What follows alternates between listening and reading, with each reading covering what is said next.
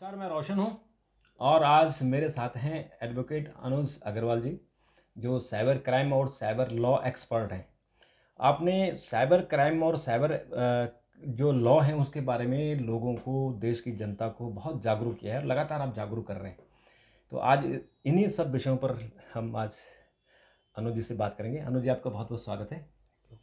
और पहले तो मैं आपसे यही पूछूंगा कि जिस तरह से टेक्नोलॉजी बढ़ रही है और हम सब लोग अब स्मार्टफोन के ज़माने में हैं और अ, साइबर क्राइम बहुत बड़े पैमाने पर फैल रहा है, तो इसके रोकने के उपाय क्या हैं और सरकार की तरफ से इस पे क्या कानून है?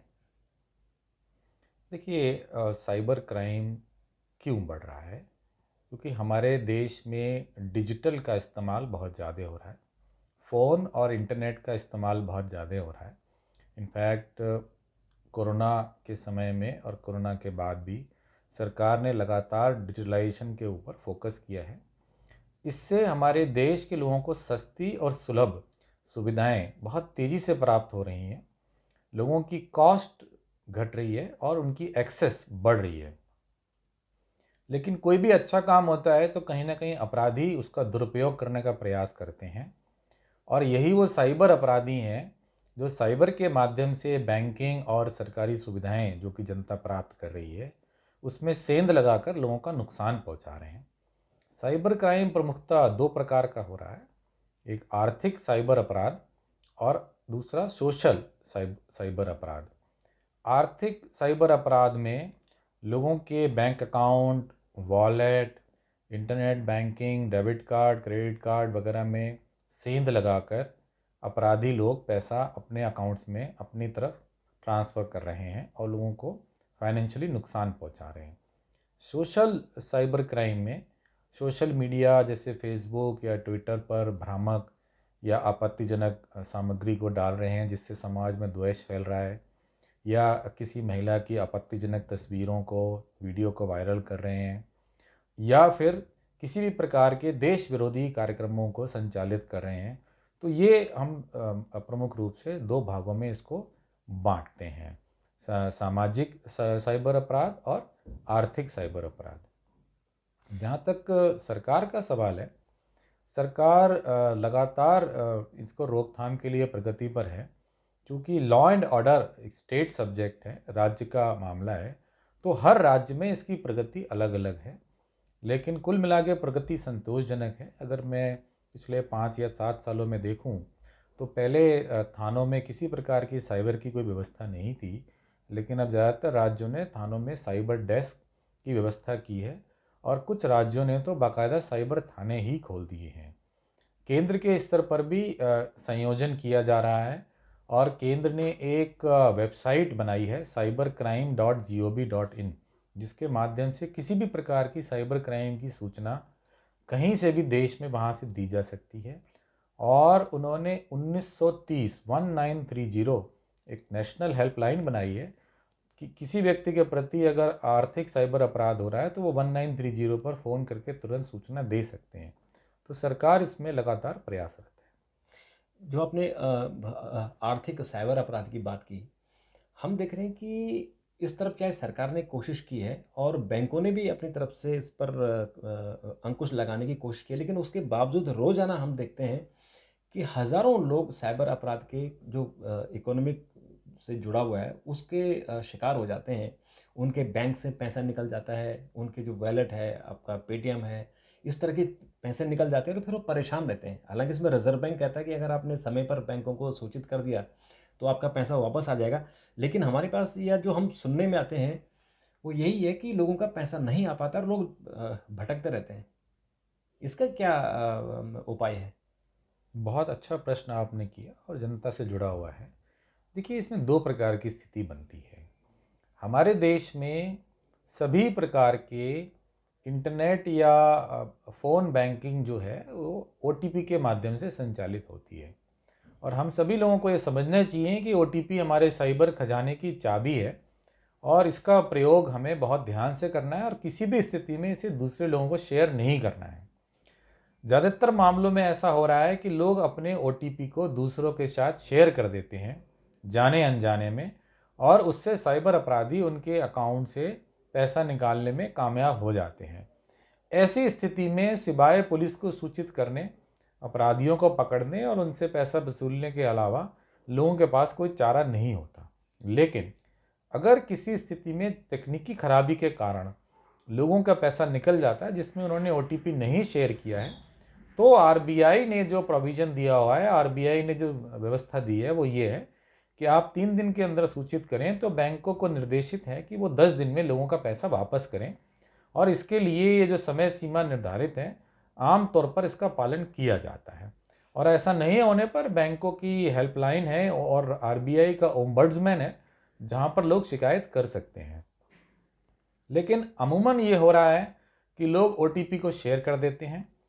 कभी कभी अपराधी फ़ोन करके उनको कोई बहलाने फुसलाने या धमकाने वाली बात करते हैं, जिसकी वजह से वो ओटीपी शेयर कर देते हैं। या फिर उनका फ़ोन या जो कंप्यूटर है जहाँ पर ओटीपी वगैरह आ रहा है मेल पर और एसएमएस के माध्यम से, वो अगर हैक्ड हो गया है, पहले से ही कॉम्प्रोमाइज़्ड हो गया है, उसमें कोई रैट रिमोट एक्सेस टूल जैसे कि टीम व्यूअर इत्यादि पहले से अगर अपराधी ने डालकर कंट्रोल कर लिया है, तो फिर उनको पता भी नहीं चलता और उनका ओटीपी शेयर हो जाता है और उसके बाद उनको पैसों का नुकसान हो जाता है। ऐसी स्थिति में अगर किसी भी व्यक्ति के अकाउंट से पैसे गलत तरह से निकल जाते हैं, अपराधियों द्वारा निकाल लिए जाते हैं, सबसे पहले बैंक की हेल्पलाइन पर फ़ोन करके अपना अकाउंट ब्लॉक कराएं। 1930 जो नेशनल हेल्पलाइन है उस पर सूचना दें और cybercrime.gov.in पर अपनी कंप्लेंट को लिखवाएं, ताकि एक तो दूसरा पहले आगे और नुकसान ना हो और जो नुकसान हो चुका है उस पर उचित पुलिस कार्रवाई शुरू हो सके।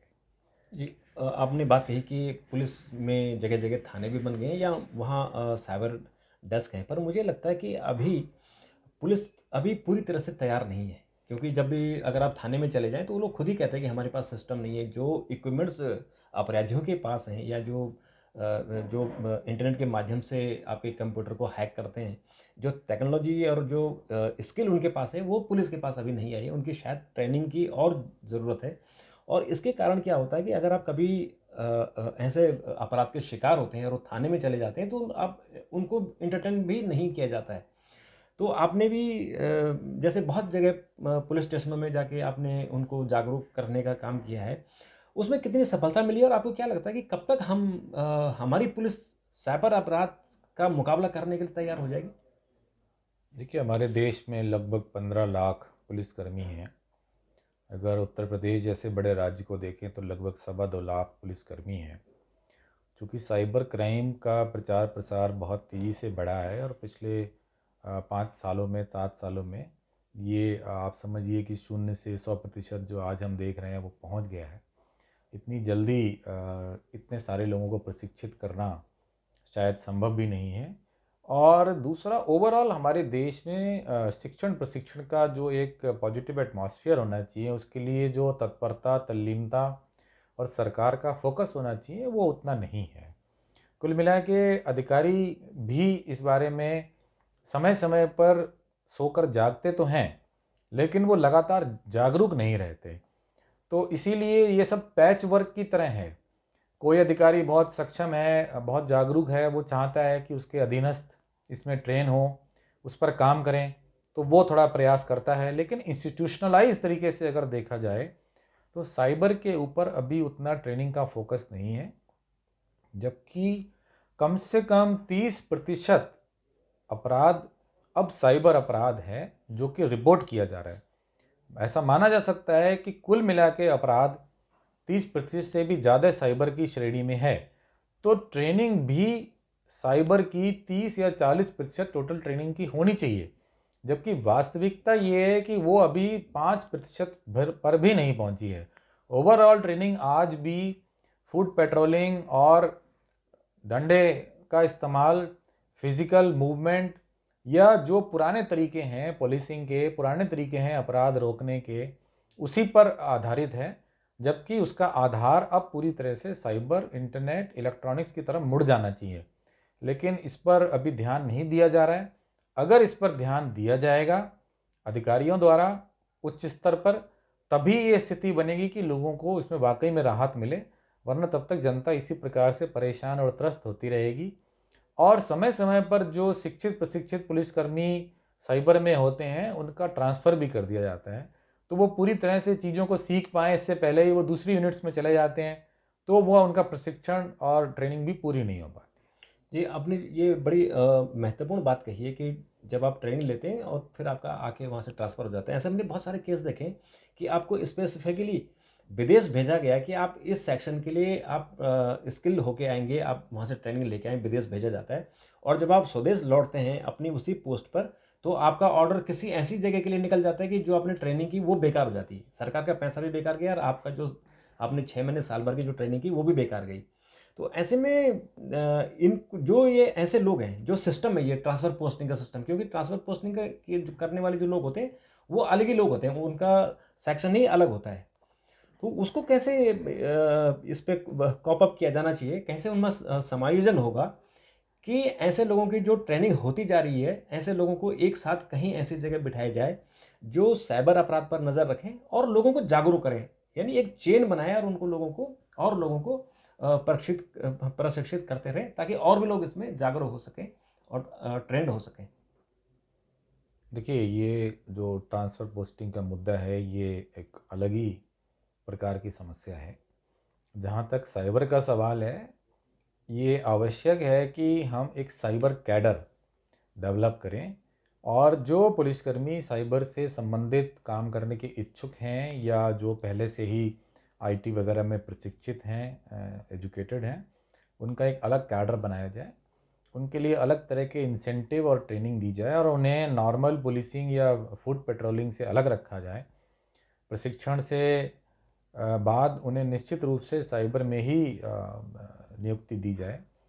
थोड़ी देर के लिए अगर मैं उत्तर प्रदेश की बात करूं तो अभी उन्होंने रेंज पर साइबर थाने बनाए हुए हैं जो कि लगभग 18 हैं।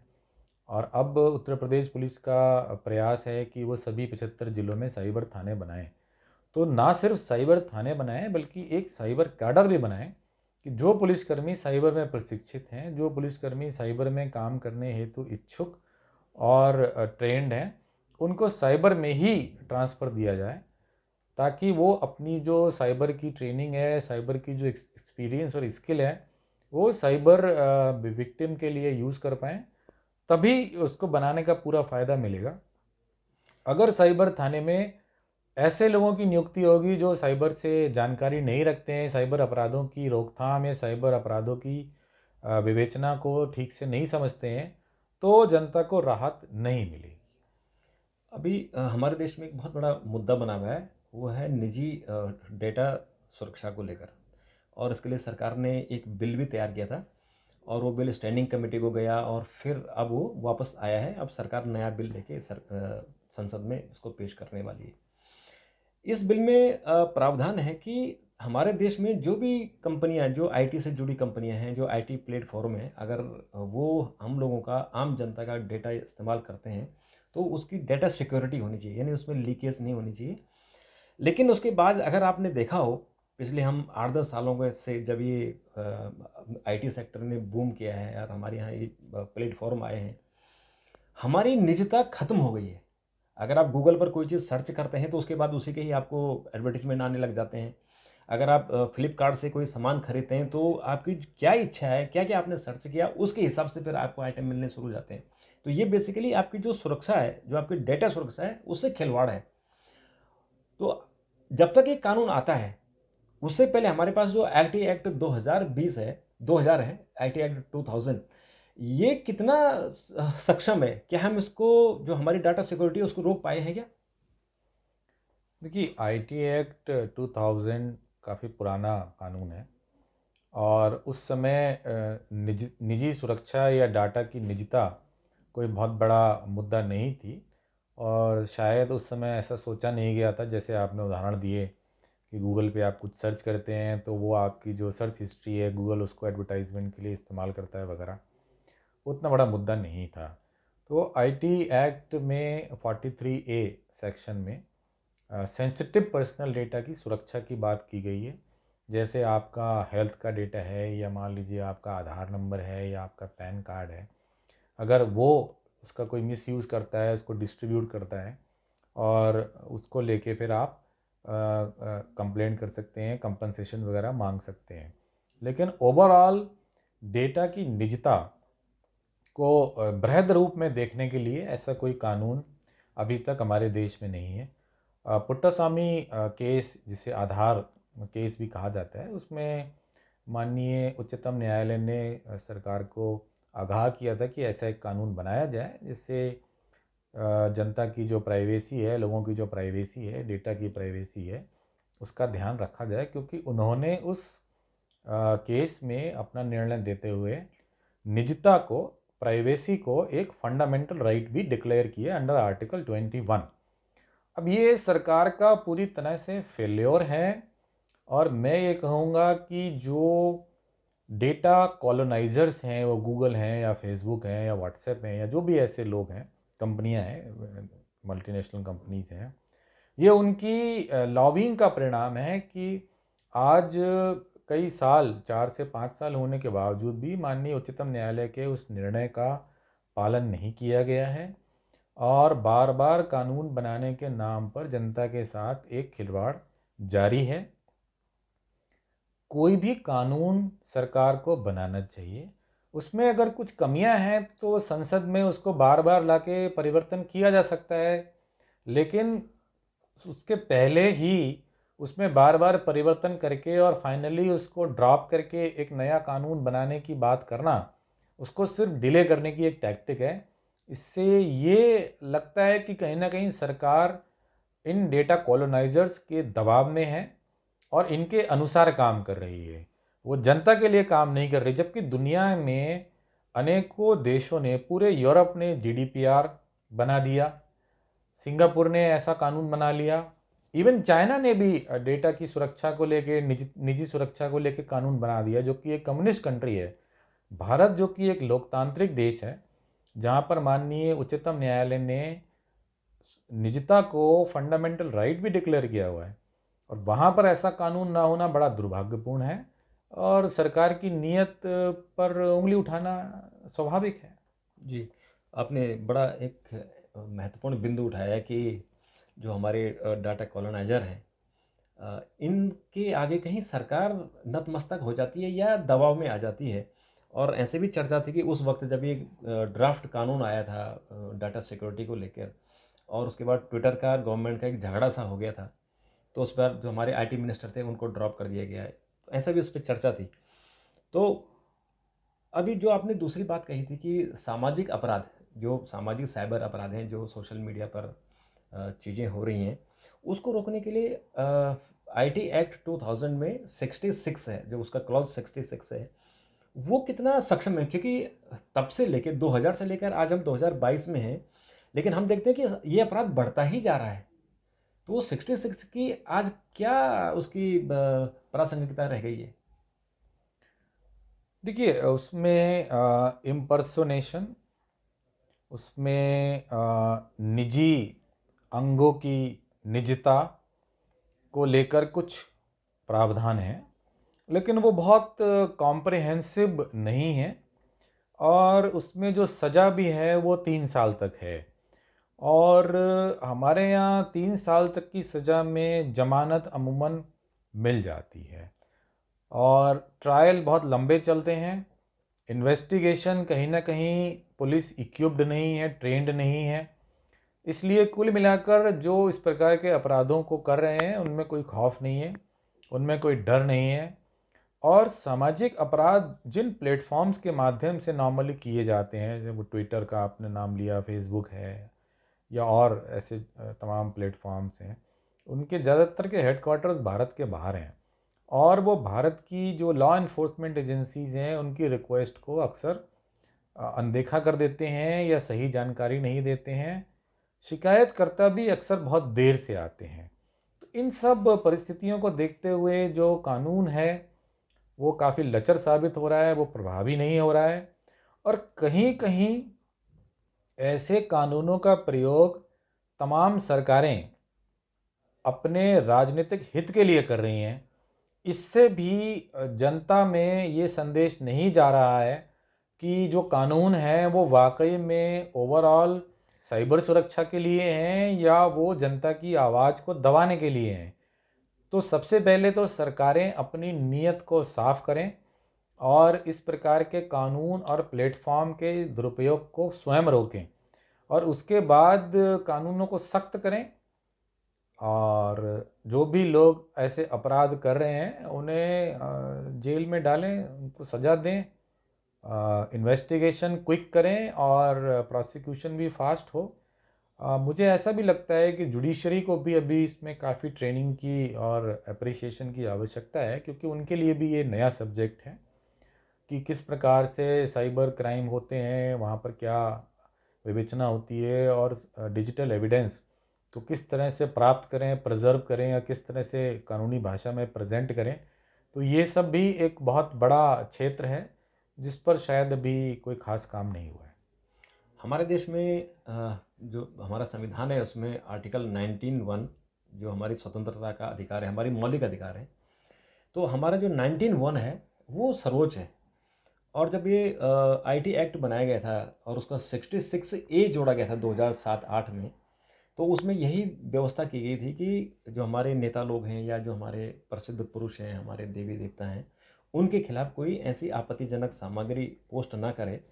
लेकिन वो सुप्रीम कोर्ट में मामला गया तो सुप्रीम कोर्ट ने फिर 19(1) को सुप्रीम माना और 66 का जो ए था उसको हटा दिया। पर उसके बाद आपने देखा होगा कि कितने सारे ऐसे अपराध हो रहे हैं या कितने सारे मीम बन रहे हैं और इसके कारण समाज में विद्वेष फैल रहा है। यानी समाज में बहुत सारे कारण बने, दंगों के कारण बने हैं या मन मुटाव के कारण बने हैं। तो क्या जैसे सरकार ने सोचा था कि हम दोबारा से 66A या ऐसी कोई व्यवस्था करें, आपको लगता है कि ऐसी कोई व्यवस्था होनी चाहिए कि कम से कम जो साइबर जगत है, जो हमारा स्मार्टफोन है, उसके अंदर जो हम इंटरनेट का इस्तेमाल कर रहे हैं, और वो किस हद तक हो सकता है, यानी उस अपराध की कोई कल्पना नहीं कर सकता, एक दंगे तक हो सकते हैं, उसको रोकने के लिए क्या क्या करना चाहिए? देखिए, माननीय उच्चतम न्यायालय ने 66A को निरुद्ध क्यों किया, निषेध क्यों किया? क्योंकि सरकारों ने उस सेक्शन का दुरुपयोग करके अपने राजनीतिक विरोधियों को निरुद्ध करना शुरू किया, और ये बड़े पैमाने पर हुआ, और ये विभिन्न सरकारों ने किया। तो उच्चतम न्यायालय या जो भी हमारे कॉन्स्टिट्यूशनल कोर्ट्स हैं, हाई कोर्ट्स हैं, उनका ये कर्तव्य बनता था कि वो हमारे संविधान में जो अभिव्यक्ति की स्वतंत्रता या दूसरे मौलिक अधिकार हैं उनकी रक्षा करें, और किसी भी ऐसे कानून या कानूनी प्रोविज़न का जिसका दुरुपयोग सरकारें खुद कर रही हैं उसको वो निरुद्ध करें। सरकार के द्वारा बाद में ये कहा जाना है कि उसकी कानून की अनुपस्थिति से ऐसा हो रहा है, ऐसा नहीं है।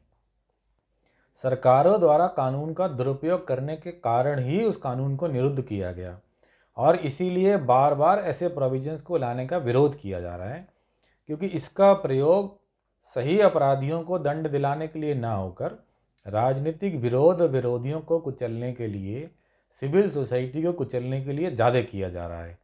इसीलिए इस प्रकार के कानूनों को जो कि बहुत ही अनलिमिटेड पावर्स सरकार को देते हैं, और सरकार के पास कोई ऐसा न्यूट्रल प्लेटफॉर्म नहीं है जिससे कि लोगों को विश्वास पैदा हो कि इसके जिन लोगों को इसमें कानून में निरुद्ध किया जा रहा है वो सही किया जा रहा है, और वो सिर्फ राजनीतिक विरोध को सेटल करने के लिए, उसको दबाने के लिए नहीं किया जा रहा है।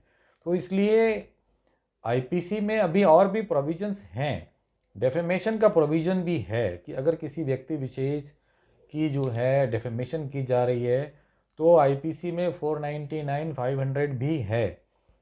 टॉर्ट को बढ़ाना चाहिए, कोर्ट को ये स्वतंत्रता देनी चाहिए कि जल्दी से जल्दी वो मामलों का निपटारा करें, लेकिन वो सब नहीं होते हुए कम से कम जो राजनीतिक विरोधी हैं या जो लोग सिविल सोसाइटी के लोग हैं उन्हें निरुद्ध तो ना किया जाए। तो इसलिए ऐसे कानून को नहीं लाना चाहिए। जी, अभी हमारे चुनाव आयोग ने एक नया एक्सपेरिमेंट शुरू किया है और 16 जनवरी को उसके लिए राजनीतिक दलों को बुलाया गया है। वो है रिमोट ईवीएम मशीन, यानी जो रिमोट से इलेक्ट्रॉनिक वोटिंग मशीन है वो चलेगी। आप देश के किसी भी कोने में हो, आप विदेश में हो, वहाँ से अपना वोट डाल सकते हैं। तो हमारे यहाँ तो ईवीएम को लेके ही सवाल उठते हैं कि ये इसको हैक किया जा सकता है, या बहुत जैसे आपने देखा होगा कि हमारी जो लोग पार्टी चुनाव हारती है वो ईवीएम को दोषी ठहराती है। आपको लगता है कि ये जो चुनाव आयोग पहल कर रही है उसका स्वागत किया जाना चाहिए, और ऐसी जैसे हमारी बैंकिंग है, इंटरनेट बैंकिंग भी हम करते ही हैं, हालांकि उसमें अपराध का, साइबर अपराध की गुंजाइश रहती है, लेकिन अगर रिमोट वोटिंग मशीन का सिस्टम आएगा तो क्या हम एक प्रोग्रेस कर रहे हैं उस दिशा में, उसको बढ़ावा दिया जाना चाहिए? इसका स्वागत किया जाना चाहिए, क्योंकि किसी भी समय जब वोटिंग होती है, हमारे देश के बहुत सारे लोग दूसरे हिस्सों में होते हैं। कुछ लोग अन्य शारीरिक समस्याओं के चलते हुए वोटिंग बूथ तक नहीं जा पाते हैं, और कितनी भी आप व्यवस्था कर लें, हमारे देश की इतनी बड़ी आबादी है, उसको 100% वोटिंग कराना बहुत मुश्किल है। तो अगर ये इलेक्ट्रॉनिक माध्यमों से, दूरस्थ माध्यमों से करने की उन्होंने पहल की है, तो उसमें उनको साइबर सुरक्षा का ध्यान देते हुए इसको आगे बढ़ना चाहिए। और जहाँ तक ईवीएम के हैक होने की बात करने का सवाल है, तो वो हमेशा हारने वाले ही क्यों इस पर क्वेश्चन करते हैं। और मुझे तो लगता है कि जो लोग पहले क्वेश्चन कर रहे थे, अब चूंकि कुछ जगह उनकी जीत भी हो गई है, तो अब वो उस पर क्वेश्चन नहीं उठा रहे हैं। तो वो एक प्रकार का राजनीतिक विरोध सा ही था। लेकिन अपने किसी राजनीतिक विरोध को या अपनी कमी को छुपाने के लिए तकनीकी विकास को दोषी ठहराना या उसको रोकने की कोशिश करना, ये हमारे देश का टेम्परामेंट नहीं है। हम लोग हमेशा से ही, और आज से नहीं, कई हजार वर्षों से विज्ञान को खुले रूप से स्वीकार करने वाली एक समाज हैं, संस्था हैं। और हमारे यहाँ हमेशा से ही आयुर्वेद और दूसरे विज्ञान को बढ़ावा दिया गया है। मैथमेटिक्स की जो कोर अलजेब्रा और दूसरे मैथमेटिक्स हैं, उसका विकास हमारे देश में हुआ है। तो इसलिए जो है, कभी भी हमारे यहाँ इस तरह की चीज़ों को ना बढ़ावा दिया गया है। और आज राजनीतिक पार्टियों की ये जिम्मेदारी है कि वो जो भी विकास हो रहा है, तकनीकी विकास हो रहा है, उस पर सही ढंग से विचार रखें। केवल विरोध करने के लिए उसका विरोध ना करें। ये दूरस्थ माध्यमों को जो वोट डालने की प्रक्रिया उन्होंने प्रारंभ की है, उसमें अगर कोई तकनीकी खामी है तो उस पर प्रकाश नहीं है।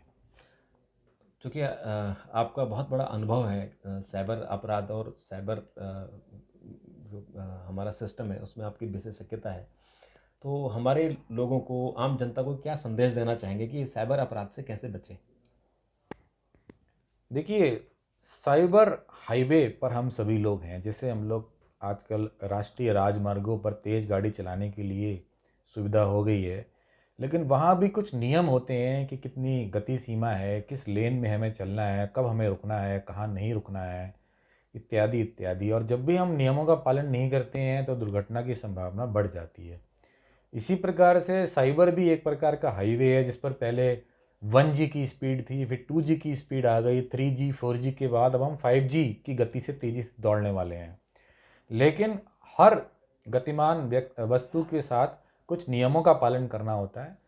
तो जब हम साइबर वर्ल्ड में हैं, अपने पासवर्ड शेयर ना करें, अपने OTP शेयर ना करें, अननेसेसरीली सोशल मीडिया पे अपनी निजी जानकारी, जैसे कि आप कहीं घूमने जा रहे हैं, या आपके घर में कोई समारोह हो रहा है, या आपने कोई कीमती चीज़ खरीदी है, या आपके घर में कौन कौन से मेंबर्स हैं, अपनी date of birth, PAN card number, Aadhaar number, इन सबको हम पब्लिश ना करें। निजता सिर्फ कंपनीज या बैंक्स की या सरकार की जिम्मेदारी नहीं है, निजता हमारी भी जिम्मेदारी है।